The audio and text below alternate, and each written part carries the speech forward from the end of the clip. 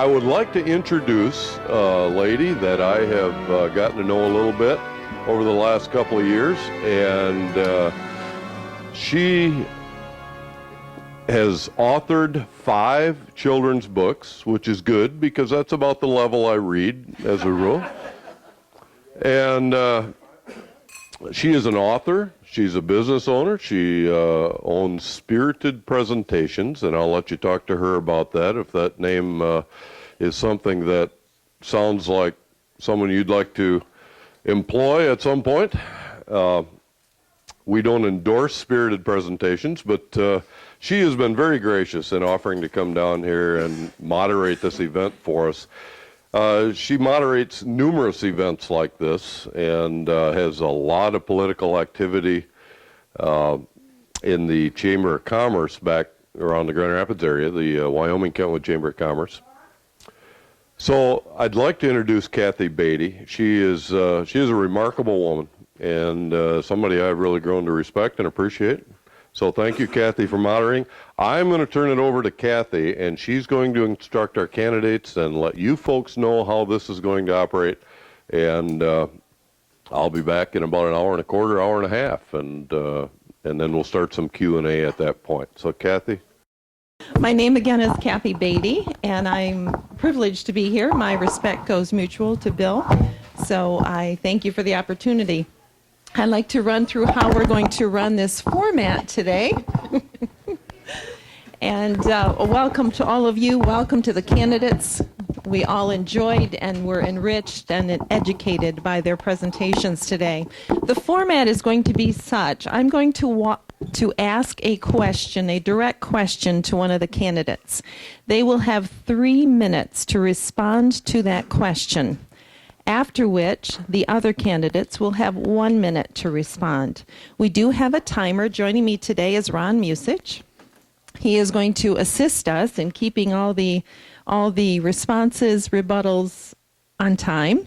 So all of the speakers will be forewarned at 2 minutes and 30 seconds. They'll be given a yellow card, so knowing that they need to wrap it up, and a red card at the 3 minutes. For the 1 minute rebuttal, that will be a yellow card will go up at 45 seconds, and then the red card will come up at 1 minute, and we will cut candidates off at that time, wanting to keep timely here.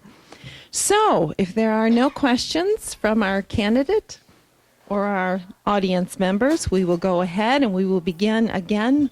A primary question is going to be directed to a candidate. They have 3 minutes to respond. The other candidates will have 1 minute to give their response. I will begin this with Dr. Laurie Roth. Our first question. What should our national policy be toward a nuclear North Korea or a nuclear Iran? Let me repeat that question. What should our national policy be toward a nuclear North Korea? Turn this on. Okay. Is that on? Okay. First of all, we need a consistent policy and leader who will tell them that they are not going to be allowed to be nuclear because of their background and their history and their threats. And we do that by consistency. Bush threatened North Korea, this is going to happen if you go nuclear, and then he didn't do anything. Remember that? And he went nuclear. And now we're seeing the same thing with Iran. They're just going nuclear. We threat, we sanction, we threat, we don't really do anything. So we need to be consistent with them. We need to let them know it's not going to happen. And if we're going to do sanctions and economic sanctions, they need to be real ones that we invite, not just the UN. We need to pull the UN along, but we need to lead and be consistent. That would be my response. Okay. With that response, we do have a 1 minute for our other candidates. A 1 minute response, and I will start over here, if I may, with Susan Ducey. Well, I agree that we need to be careful that Iran has nuclear weapons because they would be able to threaten us with that, and they would be able to tell their terrorist friends that they have freedom to do more damage because we would be afraid to do something to stop Iran. We do have to be careful, though, because Iran is a sovereign country, and we need to make sure that we're not doing quasi-wars with them and fighting them physically, but we do need to make sure that our sanctions are not just you better quit or else, which is what happened with Iraq. You know, we kept saying you don't fly over or else. So we have to be careful because we see what North Korea is like. We don't do things because North Korea says that they'll attack South Korea. So we will tell them that if they attack us or if they start a war, they're going to lose. Thank you. 1 minute to Virgil Goode, please. Thank you, Kathy. I do not want to see Iran or North Korea have nuclear weapons. I would utilize sanctions to the utmost to see if that were sufficient. But I would not initiate a war against either country unless the constitutional process of the United States Congress was followed in that they would declare war against them. There should not be a war initiated by a president unless the Constitution is followed. Thank you. 1 minute. Robby. Thanks, Kathy, for being here, too. I'm a little bit different because if you look at Iran, we've got 45 military bases that surround Iran right now. Now, if Iran had 45 bases surrounding us, we wouldn't like them very much either. My plan is to bring the troops home as quickly and safely as possible from around the country. We are an interventionist foreign policy right now. We like to get in everybody else's business. I think we need to do a 180 and do exactly the opposite and be a non-interventionist, not an isolationist, but a non-interventionist. That is part of my plan. Also, we need to rely on our intelligence if they do have the weapons. And my thought is this, and this goes back to when I was a child, and I was taught this by my father. If someone starts a fight with me, I'm going to finish that fight. And once I get in that fight, there's no such thing as a fair fight. I fight to win. And that's what we would do, and that's what we will let any nation that has that. Pakistan already has nuclear weapons. We just have to make sure we keep them in check. The question goes back to Laurie Roth. Again, please, you have 1 minute. I also was thinking that I talked with the Deputy Secretary of the Army at one point on my show about this very thing, and he was saying that it's been very helpful and it needs to be done again. Satellite TV, internet TV that shows freedom programs from America, getting the people on our side in Iran and North Korea. That's what I would do, is do the creative outside the box thing on the internet and on satellite TV to get the people behind us. The Greens were behind us in Iran and we ignored them. We looked the other way, and that was shameful of us. We should have allowed them to help us get rid of Ahmadinejad, and it would be a different place there. That's my response. Thank you very much, candidates. We will move on to question number 2, and this one will go direct to Susan Ducey. Should the Patient Protection and Affordable Care Act be overturned?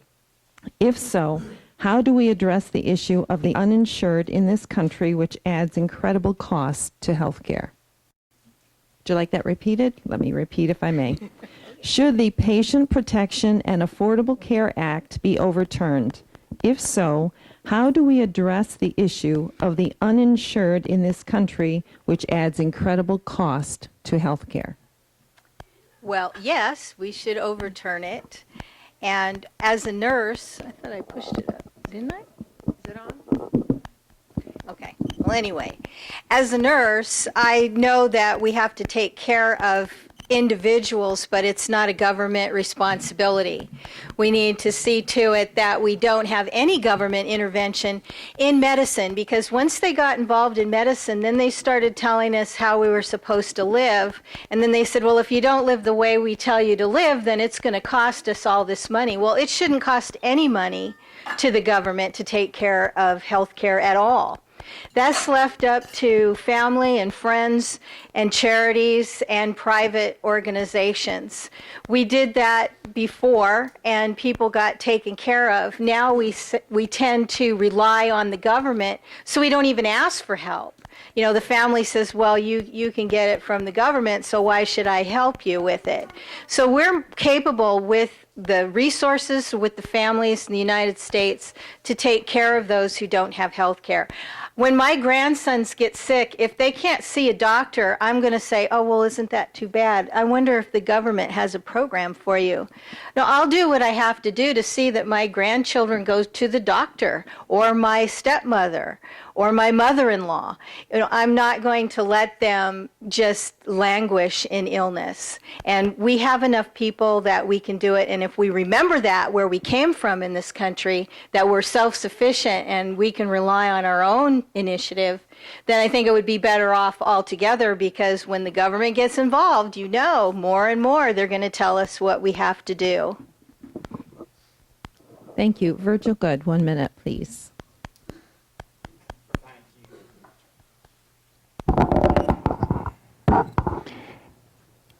I want to see Obamacare repealed.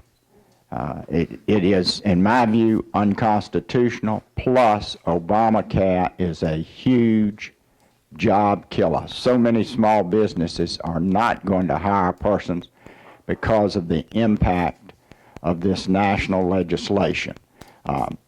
If we repeal Obamacare and do things to help small businesses, like reduce their regulations and not have an overly burdened tax system foisted upon them, they will hire people, our economy will improve, and more persons will have health insurance. Thank you. Robby Wells, 1 minute, please. Thanks, Kathy. 1/6 of our economy right now comes from the healthcare industry. And as President of the United States, I will push to repeal Obamacare. Our liberties are being infringed upon by Obamacare when they tell us and mandate to us that we have to have the health insurance. It sounds great and good, ladies and gentlemen, on the surface, but it's not. We don't have a health care problem in this country. We've got a health care cost problem in this country, and it's because the federal government is involved in something it shouldn't be involved in. And as President of the United States, I will make sure that these departments and these programs that are unconstitutional, such as dabbling in health care, goes away. Thank you. Dr. Roth? Thanks. Hello, is that on? It is one of the most evil bills I've ever read. Forced RFID chips by March 23rd, 2013, the same day that Hitler's Enabling Act was voted into law in 1933. Isn't that interesting? Forcing of salaries on doctors, death panels is real. It's just one thing. You kill them coming in, force us all to pay for abortions, ration care for our seniors. It has to be repealed and destroyed in every way possible, especially if the Supreme Court doesn't do their job and do it. We'll find out the end of June. I would stop it, I would crush it, and then I would take the master health care bill law, because I'm a drama queen, and I would put it in the middle of the road, and I would put a blowtorch on it as president, and I would have the cameras there. That's all I have to say. I would like to revisit the second half of that question, if I may, which is, how do we address the issue of the uninsured in this country, which adds to incredible costs to the health care? And I will start with Susan Ducey, if I may. Oh, you're going to give me another chance at that. 1 minute at this, please. Okay. Well, as I said, that when people are uninsured, they need to ask for help. And that's what's going to help people who are uninsured. Many people don't need insurance. If you don't go to the doctor, but every few years, why should you have to be forced to pay for insurance? And insurance isn't the end of everything. You know, we can just pay for it ourselves. And so I guess it's the pioneer spirit in me, is that I think that we need to care for ourselves and not have a cost to the government at all. We just, if they need help, we help them. Okay, Virgil Goode, please, 1 minute.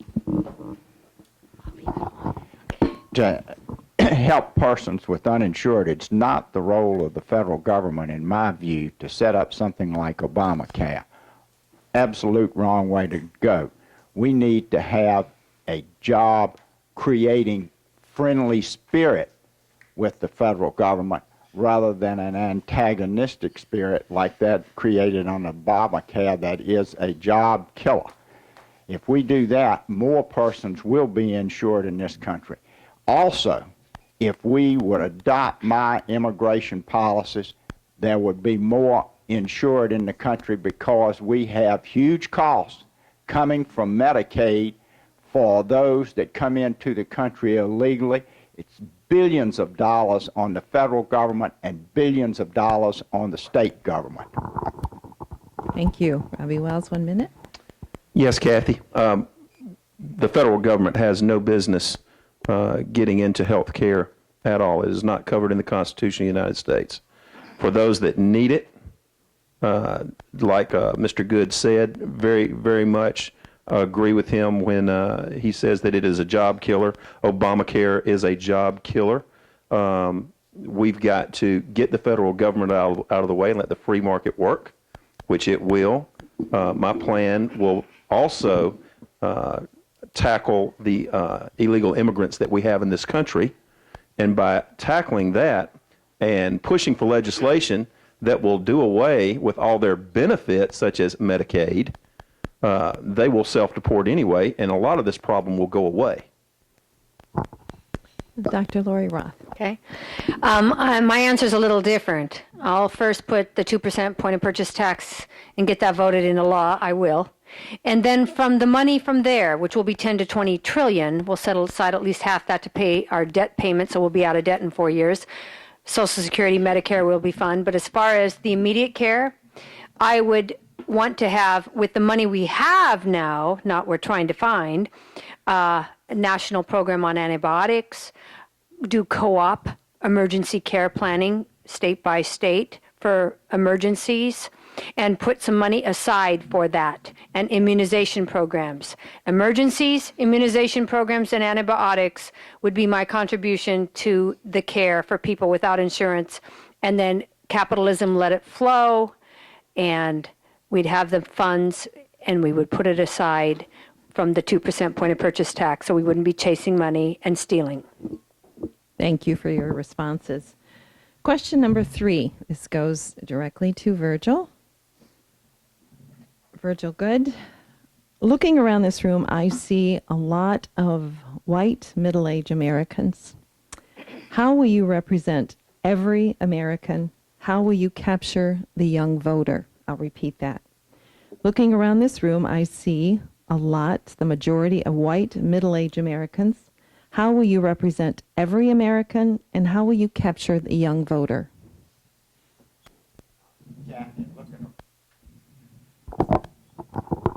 In looking around the room, I also see a very young voter that rode up with me, and there are a number of young persons involved in our campaign because they believe in freedom and liberty and the principles of the Constitution Party.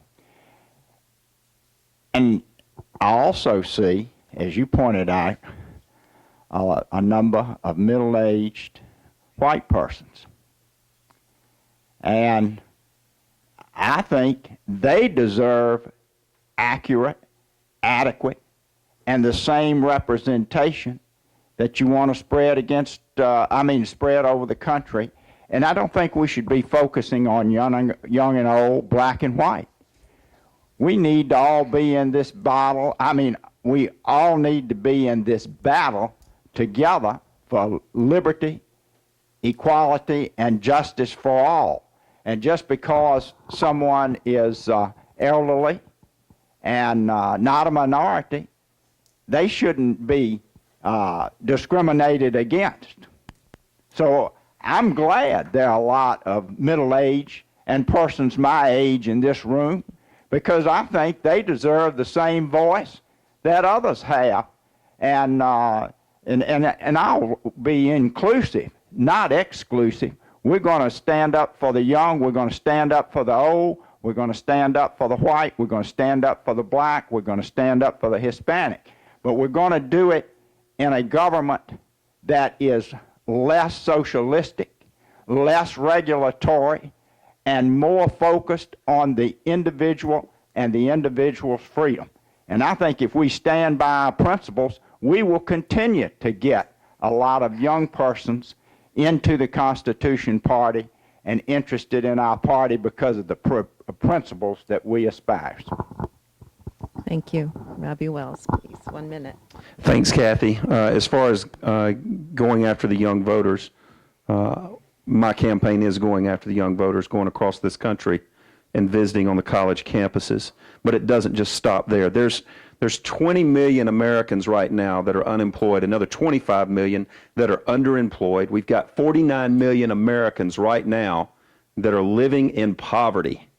We've got another 149 million Americans that are existing on low income. That's half the population right now. Whether you're young, whether you're old, whether you are black, whether you are white, whatever your religious preference may be, whether you're a Democrat, Republican, whether you're an independent, a constitutionalist, or whether you're with the Libertarian Party, we've got some major problems. We've got to come together as a nation. I can do that. I don't talk it, I live it, and you can go on my website and understand exactly what I'm talking about. Thank you. Dr. Laurie Roth? I believe grabbing up the young people's vote is not a soundbite moment. It's offering them respect and opportunity as everyone of every age. I would offer $250,000 grants to start a home-based business or a business or service of some kind if they submitted a proposal to the government based on money obtained from the 2% point of purchase tax and eradication of all other tax. That would allow a young person coming out of college to start a business without going to a bank. You're not going to go to a bank and get a loan. And it also would allow an elderly person who has an idea and a set of talents to start something at home, a $250,000 grant. Now you're giving money to the people and feeding the young people and their opportunities. Thank you. Susan Ducey? Well, the room represents much of America. We mostly have white people in the United States. So to make that a negative point is really something that Barack Obama has been trying to do, and trying to act like black people are stupid and too poor to even get voter ID, and that Hispanics all vote exactly the same. So if you look at the way that the Democrats are working now, they're trying to divide us, and they're putting people into racial blocks. And I find that un-American, because we're Americans. We're here as Americans, and I'm not the Northern European American with a little bit of Blackfoot. I am an American. My family's been here a long time, but that doesn't matter even if they came today. They're Americans, and they are going to be Americans if they pass the citizenship test. So it doesn't matter what color or what age, we can all do it. And young people are interested. Thank you. Virgil Goode, please, 1 minute.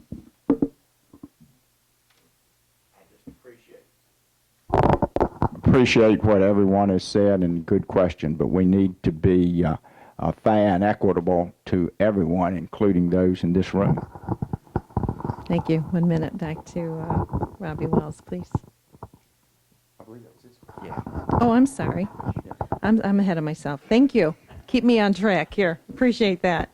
Question I'll take the number minute. 4. Now, Kathy, are you Never. Did I miss out on a minute for you? No. Okay. All right. Let's move on to question number 4, and this will go direct to Robby Wells. Okay. Prior to World War II, the United States opted out of the League of Nations. In that setting, Nazi Germany rose up to power. If the U.S. were to leave the United Nations now, would we be allowing a climate for the rise of a dictatorship that will threaten world peace? I will repeat that. Prior to World War II, the U.S. opted out of the League of Nations. In that setting, Nazi Germany rose up to power. If the U.S. were to leave the United Nations now, would we be allowing a climate for the rise of a dictatorship that will threaten world peace? Kathy, thank you for that question. No, I do not believe that it would. And the reason I believe that is because we are, number one, a sovereign nation. Number two, we have the best military on the face of this planet. We do not need to be involved in NATO and be the police of the world and help all these other countries and give foreign aid to other countries. What do we get in return for it, people? We get nothing for it. Those dollars could stay right here in the United States of America and help our economy and help everybody. You know, I've met people up and down the eastern seaboard and all through the Midwest now, and they need our help more than anybody across the pond needs our help. But as far as worrying about a dictatorship rising up, I don't think we need to worry about that. We've got to worry about ourselves first, okay? And if it comes to a point where we've got to worry about that, then we will. But at this point in time, we've got to worry about America. Let's bring the troops home. Let's use our national defense for what it's actually supposed to be used for, and defending our citizens and the borders of this country. And my plan will actually will quadruple the size of our border patrol along the border with Mexico, and back them up with the National Guard from the border states with the governor's approval in those states, of course. Because here's the thing. If you're a thug, if you're one of the drug cartels, and you come up to the border and you see all these border patrols and they're actually armed with weapons that can be used, okay, and they're not outmanned and outgunned, then what's going to happen? They're going to see those guys, they're going to see the National Guard behind them, and they're going to say, well, let's just go somewhere else. Let's go back to Mexico. That would be my plan as far as that is concerned. If anybody wants to pick on us, then we'll take care of them too. But we're going to take care of us first. Laurie Roth, please, 1 minute. As far as the danger of dictatorships and the Muslim agenda, that's always going to be out there, and they're always going to be moving and scheming to take over freedom and assault America. They always have. I would opt for forming an international organization headed by America of freedom-loving nations, people invested in that growth, not talking about it and not doing anything. So I would leave the UN, and I think protecting against dictatorships would be a new organization of several countries that America headed that are peace-loving nations. Thank you. Susan Ducey. Well, a lot of the problems with the Second World War was our isolationist policies. We didn't see the danger that was happening in Europe. I don't think it had anything to do with whether or not we were in the League of Nations. We're a strong enough nation that we don't need to be in the United Nations. We need to get out now. We need to stop giving them money. They support dictators there. And so we have to just look out for ourselves. If it looks like there's another happening the way Hitler did, and we would say maybe we could help allies at that point. But we have to go through the Congress, and we have to get permission if we're going to do war from our own people, not from NATO and not from the United Nations. So we need to get out, and we need to be protected, and we need to see if there's things that happen. Dictatorships, there's always have been, there always will. And the United Nations says we have a responsibility to protect, but what do we do? Virgil, thank you. Virgil, Goode, 1 minute, please. Thank you, Kathy. I fundamentally disagree with the question. Hitler didn't come to power because we did not have a League of Nations. Hitler came to power because of the appeasement policies of England, France, Austria, and the neighboring countries. He went into the Sudetenland, and France did nothing. He goes into Austria. The Austrians, half of them wanted him. And then the European nations didn't get involved in a war until Germany and Russia signed a treaty and bombed Poland on September 1, 1939. So I'd like to discuss with the asker of the question, my view of history was not because we didn't have a League of Nations. Thank you. 1 minute rebuttal, Robby Wells, please. Well, I'll say this right now as far as dictatorship is concerned. Constitution Party, the U.S. Taxpayers Party, we better make sure that we elect our nominee to be the President of the United States, because if not, we're going to have that dictator right here on our land. Okay? And as President of the United States, one other thing that we've got to do, we've got to become energy independent. If you look at the war in Afghanistan, the war in Iraq, 9/11, and Desert Storm, that's 9,500 reasons why we've got to be energy independent, because that's the number of Americans that have lost their lives. Okay, that's precious lives that have been lost because we are trying to do direct or indirect business to get people's oil from countries that support terrorist activities.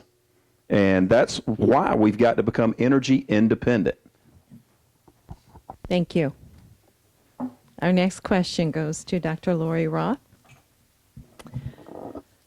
15,601,886,875,964 was the national debt as of March 29th, according to the U.S. debt clock. How do we get out of this debt and ensure that we don't do this again? That's why I'm excited about my 2% point of purchase tax. It is a tax revolution, but it's common sense, and it can be done with a bill through the House and the Senate and passed into law. People can have liberation, and with real numbers, you're talking 10 to 20 trillion coming in, 2% of 900 trillion of government transactions if you don't exclude Wall Street, okay? We aren't going to have debt after 2 or 3 years. It will be zero, because we'll take at least half of what comes in and pay off the debt. That's the whole plan. Stabilize Social Security, Medicare, and put our military back on top.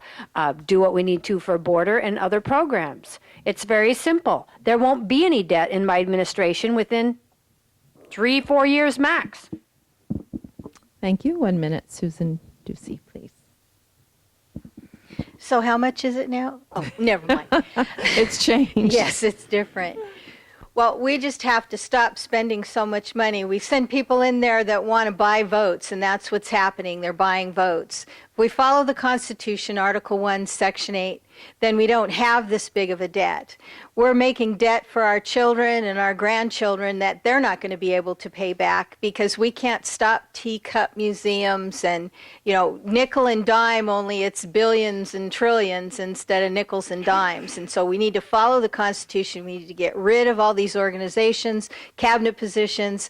We need to cut back on how many laws are coming out so we can cut down on judges, how many people break the laws, how many people go to prison.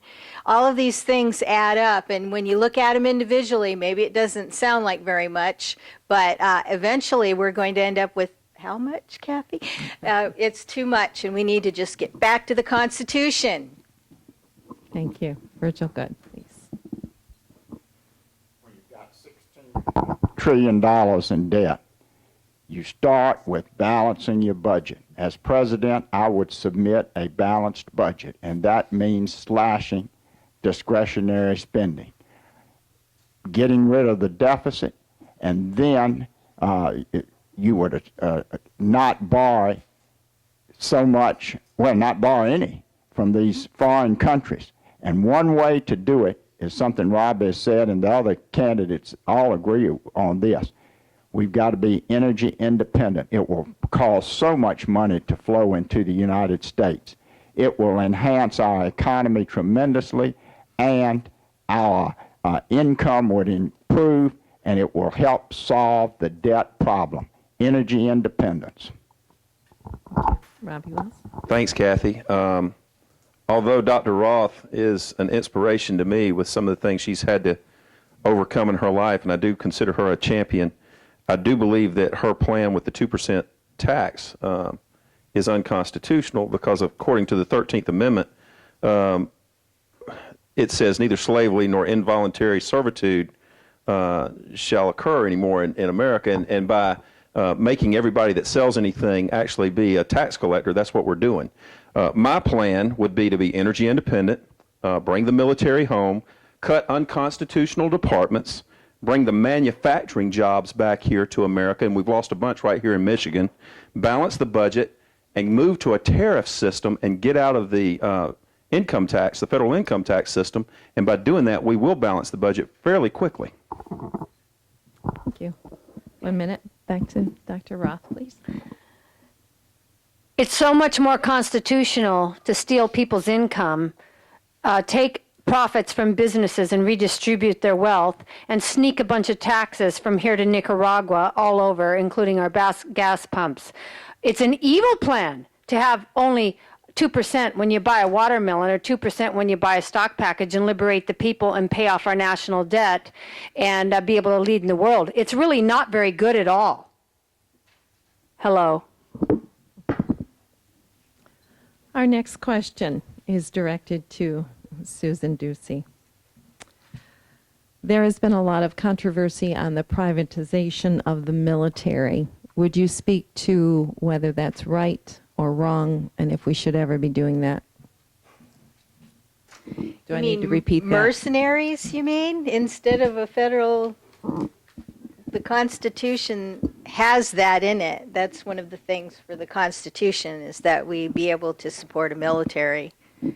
So, no, I don't think we need to privatize it. That's one of the things that we're supposed to do. We need to get rid of other items instead. So, am I understanding the question correctly? You're talking of mercenary people, or... I'm speaking of those who would be hired to carry out our military operations instead of hired to? volunteered. Well, volunteered is good. The draft is illegal, and to hire them, I think we should just pay them more. We do hire them when they volunteer, so they do come in and they get their money. Unfortunately, we make them use food stamps, which when I'm president, there won't be food stamps, so maybe we could just give them a decent living so that they don't have to be ashamed of what they do because they can't even afford to buy food. But that's part of the federal government's job, and that's something that we need to do so that we can have the ability to have people go immediately. So I hope I understood the question correctly. Yes. I'm not sure if I did, but Well, that's... let me explain it as in if we are hiring contractors to do military work in other parts of the world. Contractors can be okay if they're building bridges or something, Okay. but not to fight, and the military needs to be first. So I hope I understood the question correctly. Okay. Virgil, good. Thank you. I am opposed to having a privately funded Army, privately funded Navy, privately funded Marine Corps, or privately paid for Air Force. The allegiance of those troops will be to whomever comes the check. I think it would be an awful road for this country to go down to have a private Army, private Navy, private Marine Corps, and private Air Force. Just would you want the person that's flying over our skies with Obama to be answerable to the head of the Joint Chiefs of Staff or the President, or do you want him respond to the person sending them a check and you're getting a $10,000 bonus? I mean, it's no question. Time. Thank you, Robby Wells. 1 minute. Well, according to Article 1, Section 8 of the Constitution, Congress has the right to raise and support armies, but not for longer than any 2 years. And it's got to stay within the Constitution. It doesn't surprise me, your question, because there is a lot of people out there or in Washington that is trying to do away with our Constitution, our constitutional rights. It also says in Article 1, Section 8 that the Congress shall provide and maintain a Navy. If we start going down this road of privatizing this stuff, that's a very, very dangerous road. We cannot do that. If we do that, then we're not really protecting anyone. Thank you. Dr. Roth? Our Constitution validates having a military, and for all the reasons shared, there's good reason to have a military that the government funds and runs. Private this, private that, you're right. It would be a lot of heads on a monkey going crazy. Who's loyal to what? We can't have that. But we need to pay our military more. We need to give them what they need. And we need to all, in a private sense, own a lot of guns. And that, I think, keeps the military honest. I have a Glock 9mm. Thank you. Susan Ducey, 1 minute, please. Well, I agree that we can't be privatizing because then you have people that are not accountable. So that's why I said, do you mean mercenaries? Because if you see what's happening in other countries, in several of the African countries, they have just militias that pop up and the government is in chaos and nobody can get anything done that way. So we need to follow the Constitution. We need to have people that are in the armed services to follow the Constitution, and we need to have a stable force for them to get orders from and to know what's happening so that chaos is not something that comes about like in some of the African countries. Thank you. Question number 7, our next question, which is directed to Virgil Goode, please. In comparing the George Bush TARP and the Obama stimulus plan, which one was a good economic policy and why? Neither. Both were bad economic policy.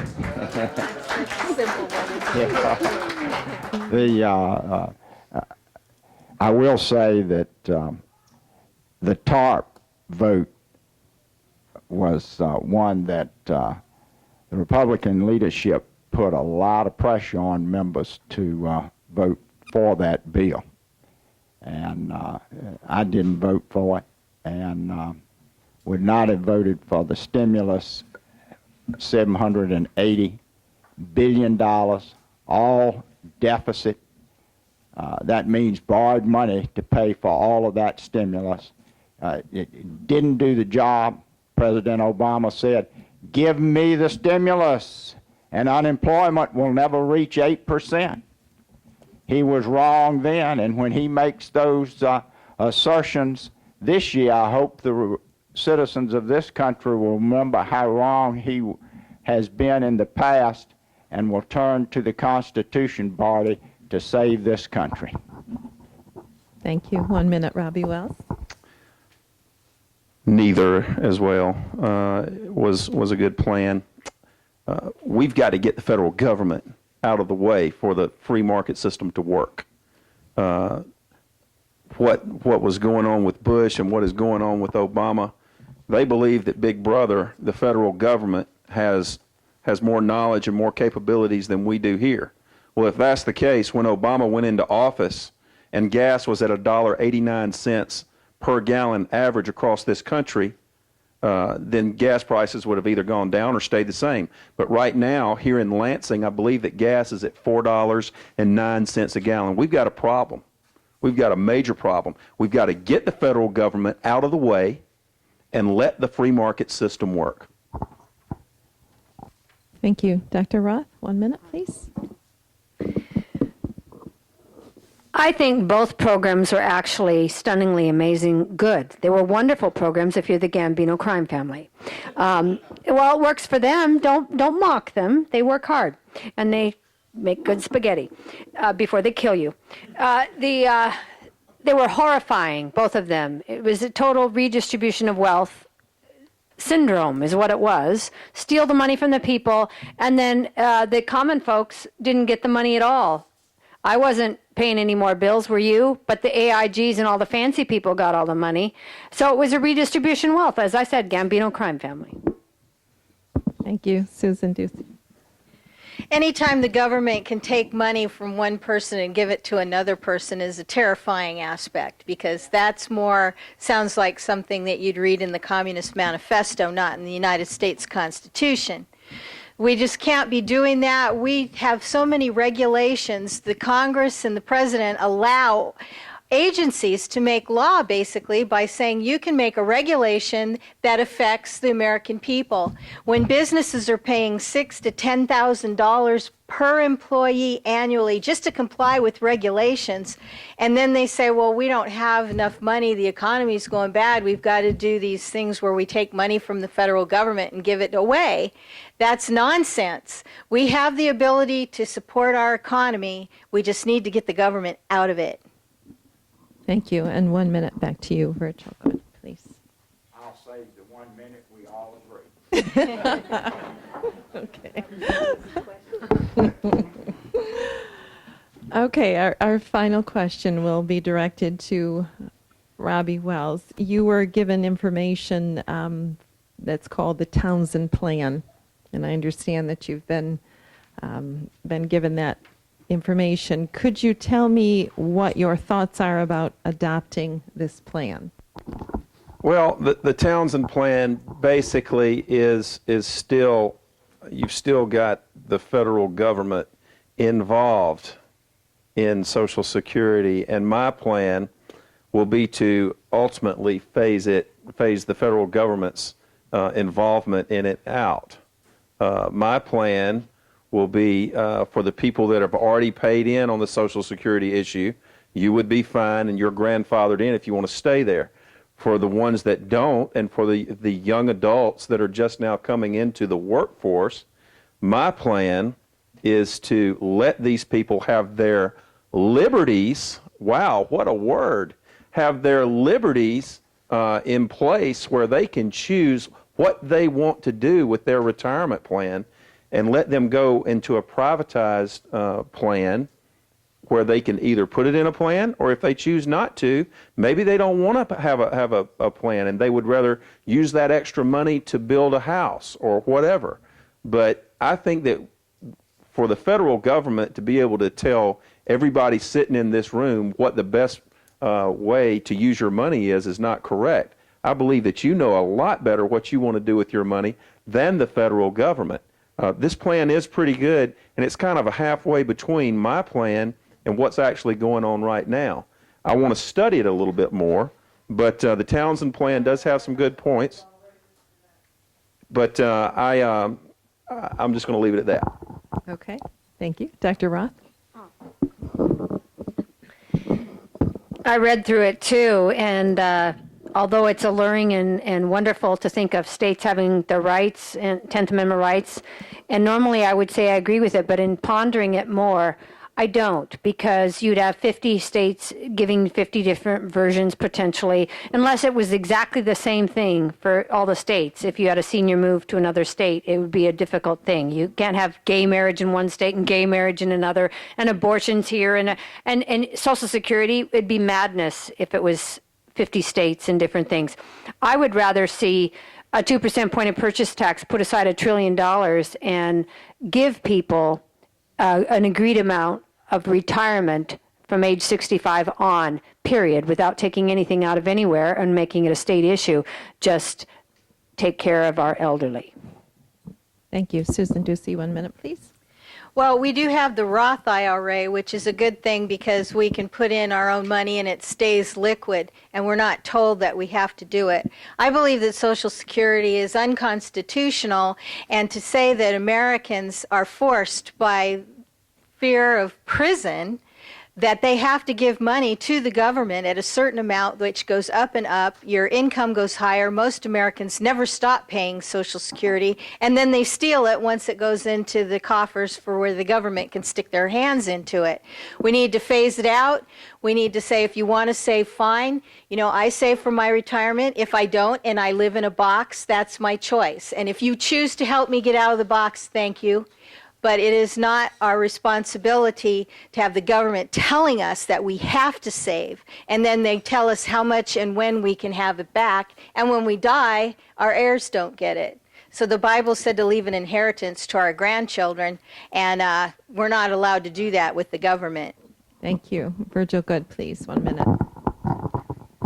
I like much of the Townsend Plan.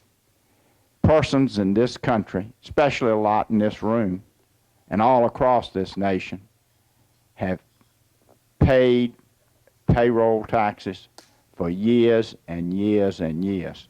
And it would be, now, it's not authorized by the Constitution, but once you have paid that money, there is a moral duty, in my opinion, on the government to live up to what it was promised.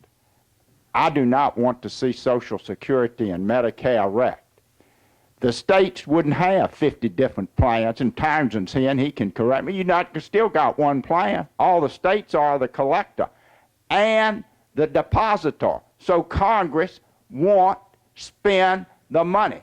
Townsend has a constitutional amendment that would prohibit Congress from ever dipping into the Social Security fund. Thank you. 1 minute back to you, Robby Wells, please. As I've gone around this country, is it on? As I've gone around this country, I've met with all sorts of folk, and I've seen some elderly that are actually living in poverty, that have paid in for many, many years just to have the federal government steal their money. And now they're living on a Social Security check, which is basically $600, $700 a month. How do you live on that? I think that if we keep on doing what we're doing, we'll keep on getting what we're getting. I want to study the plan a little bit more, but we've got to do something that's pretty radical, but we can't just do it overnight. You got to phase the program out that we have right now. So my plan, once again, would be to get the federal government out of the business of Social Security. Thank you. I would like to take a 2-minute wrap-up from each of the candidates, and you may speak on any of these topics or one that was inspired from these topics. I will begin with Dr. Roth, if I may, 2 minutes. Okay. I love freedom. I love capitalism. I love the Constitution. I love my country. I will be passionate about making us exceptional and number one in everything again, bring home manufacturing, secure our borders, and stop talking about it. I've been screaming about it for over 10 years on radio and in over 1,000 published articles on these and other subjects. I believe we have to be strong. We have to have the strongest military on earth, and I will make sure that we have those funds put back where they need to be. I believe it's critical to introduce the creative and the practical and the freedom-loving 2% point of purchase tax and eradication of all federal tax, because it will stabilize Social Security. I believe people should get Social Security and not have to pay into it. What do you think about that? Age 65, they should get an agreed about like $700 a month, maybe more. Why not take care of our seniors if we have that money coming in and we've already paid our debt and we have Social Security, everything covered? We would have real budgets again, and I'm for auditing every department and making real budgets, but we need creativity and an entrepreneurial spirit along with toughness and morality again to lead. That's what I would do. That's what I'm committed to do. Thanks.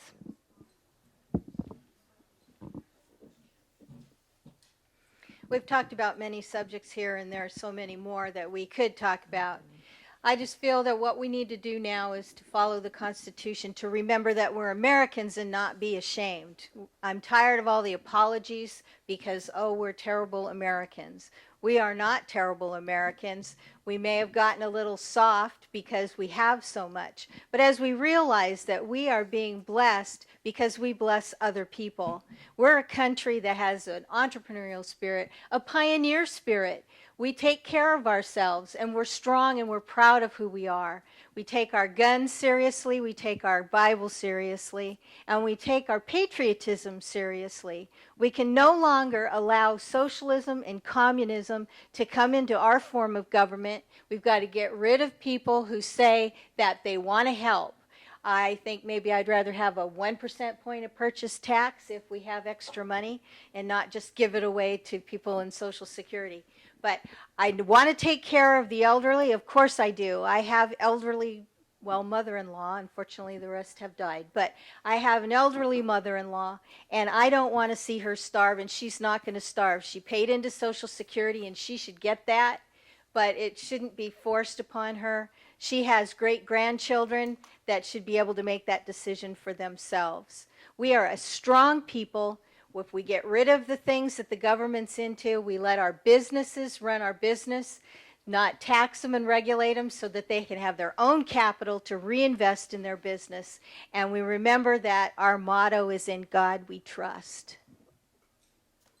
Virgil Goode, please. Thank you. We've talked about a number of different issues. I want to briefly tell you my view on some things that haven't been covered. First, I am pro-life, have a consistent and solid pro-life voting record, national right to life. Thanked me in 2008 campaign for, they said, 100% pro-life voting record. Now, some things that aren't, may be life, may not be life, may be, but they considered everything. Like I didn't vote for McCain-Feingold, which National Pro-Life was against. GOA and NRA have supported me in every election. Absolutely solid on the Second Amendment, have that history, and recognize, as Carlton Heston said, the Second Amendment is the first among equals. I share that view. Our right to keep and bear arms is vital for the individual. Also, completely solid and consistent in supporting marriage between one man and one woman. Do not favor homosexual marriages and do not favor homosexual civil unions. Now, whether you're for Social Security or against Social Security, the negative impact on Social Security will be enormous if gay marriages are allowed to be part of the Social Security system. And the military, your 2% won't cover everything when you're going to have to recognize the benefits to the gay partners. Thank you. Robby Wells, please. 2 minutes. Well, I believe that America is looking for a breath of fresh air. I believe that America is looking for a leader that can bring people back together. Whether you're black, whether you're white, whether you're young, whether you're old, whether you're male, whether you're female, whether you're a Catholic or whether you're a Protestant or whether you're whatever your religious preference is, it's time for us to understand as Americans that we've got some major problems, and we will never solve these problems unless we put aside all our differences and realize that we have one common bond, and that one common bond is that we are all American citizens, and we've all got to pull in the same direction right now. We've got to right this ship. We've got to get this economy moving in the right direction. We can do this. You know, I've been up and down the East Coast and all over. And for Andrew Raymond, who's a postal worker in Buffalo, New York, and for Michael Bertocchi, that's in Maryland, and for Al Pisano, who's a police officer down in Charlotte, North Carolina, and for each and every one of you right here in Michigan, come together. My plan, it's called the game plan, is a step-by-step, common-sense approach of what we've got to do as a country in order to get this thing moving in the right direction. Help me so I can go to Washington and represent you. Thank you very much.